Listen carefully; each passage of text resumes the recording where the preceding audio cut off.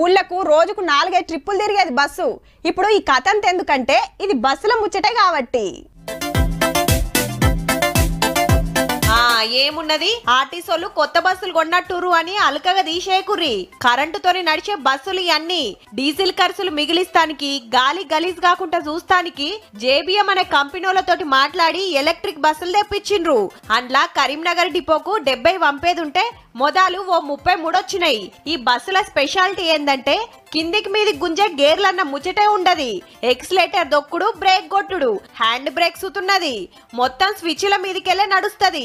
వెనకకు పోవాలన్నా కట్కొత్తుతే అయిపోయి.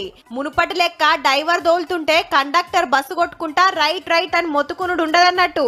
వెనక ముందు బస్సులంతటా సీక్రెట్ కెమెరాలు ఉంటాయి. డ్రైవరే కెమెరాల చూసుకుంటా రివర్స్ తీసుకొని వెళ్ళిపోతాడు అన్నట్టు. మరి మైలేజ్ సంగతి ఏందని కంపెనీలను అడిగితే 370 వెళ్తుంది సార్. 370